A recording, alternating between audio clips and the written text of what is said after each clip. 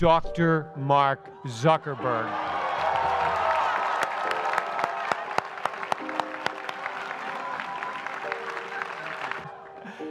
Thank you all for coming out in the rain, the pouring rain. We're going to make this worth it for you. President Faust, Board of Overseers, faculty, friends, alumni, proud parents, members of the ad board, and graduates of the greatest university in the world.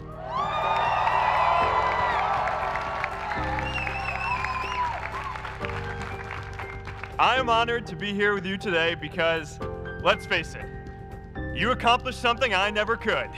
Class of 2017, congratulations.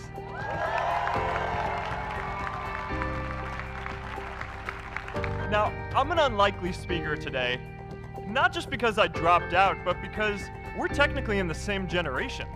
We walked this yard less than a decade apart. We studied the same ideas and slept through the same Act 10 lectures. We may have taken different roads to get here, but today I want to share what I've learned about our generation and the world we're all building together. How many of you remember exactly where you were and what you were doing when you got that email telling you got into Harvard? Today, I want to talk about purpose. But I'm not here to give you the standard commencement about finding your purpose. We're millennials.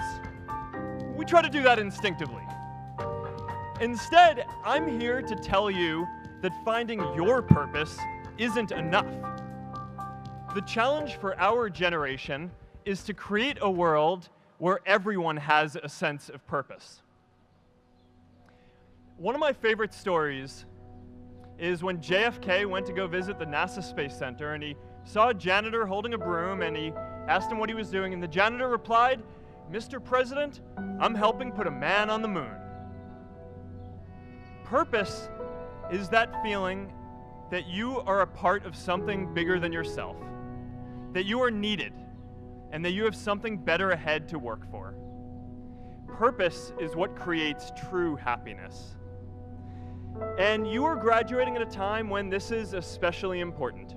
Good afternoon. Good afternoon. How's everyone doing today? Good, good. So greetings, friends, family, faculty, staff, alumni, and the illustrious class of 2016. Make some noise. So my name is Donovan Livingston, and I came to address you in the best way I know how, but you have to forgive me. I have to take this moment in for a little while. When I spoke at my high school graduation several years ago, my high school English teacher threatened to replace me on the program or cut my microphone when she found out that I was interested in doing a poem as a part of my remarks. So I am eternally grateful for being able to share this piece of myself in my most authentic voice with you this afternoon. So, spoken word poetry, it insists on participation. So if you feel so compelled, snap, clap, throw up your hands, rejoice, celebrate. Class of 2016, this is your address and this is your day. Education, then, beyond all other devices of human origin, is a great equalizer of the conditions of men. Horace Mann, 1848. At the time of his remarks, I couldn't read, I couldn't write. Any attempt to do so, punishable by death. For generations, we have known of knowledge's infinite power, yet somehow we have never questioned the keeper of the keys, the guardians of information. Unfortunately, I've seen more dividing and conquering in this order of operations, a heinous miscalculation of reality. For some, the only difference between a classroom and a plantation is time. How many times must we be made to feel like quotas, like tokens and coined phrases, diversity, inclusion? There are days I feel like one, like only, a lonely blossom in a briar patch of broken promises, but hey, I've always been a thorn in the side of injustice, disruptive, talkative, a distraction with a passion that transcends the confines of my own consciousness, beyond your curriculum, beyond your standards. I stand here, a manifestation of love and pain, with veins pumping revolution. I am the strange fruit that grew too ripe for the poplar tree. I am a dream act, dream deferred, incarnate, and a movement, an amalgam of memories America would care to forget. My past alone won't allow me to sit still, so my body, like my mind, cannot be contained. As educators, rather than raising your voices over the rustling of our chains, take them off, uncuff us, unencumbered by the lumbering weight of poverty and privilege, policy and ignorance. I was in the 7th grade when Miss Parker told me, "Donovan, we could put all of your excess energy to good use." And she introduced me to the sound of my own voice. She gave me a stage, a platform. She told me that our stories are the ladders that make it easier for us to touch the stars. So climb and grab them. Keep climbing, grab them. Spill your emotions in the Big Dipper and pour out your soul.